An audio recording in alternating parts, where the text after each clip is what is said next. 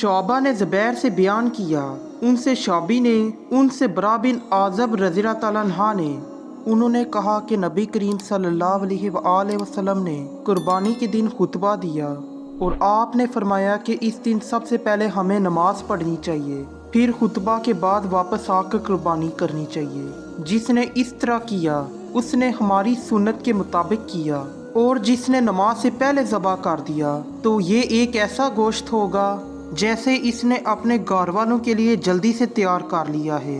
ये कुर्बानी कतई नहीं। इस पर मेरे मामू अबू बरदा बिन नियाज ने खड़े होकर कहा कि या रसूल अल्लाह, मैंने तो नमाज के पढ़ने से पहले ही ज़बा कर दिया।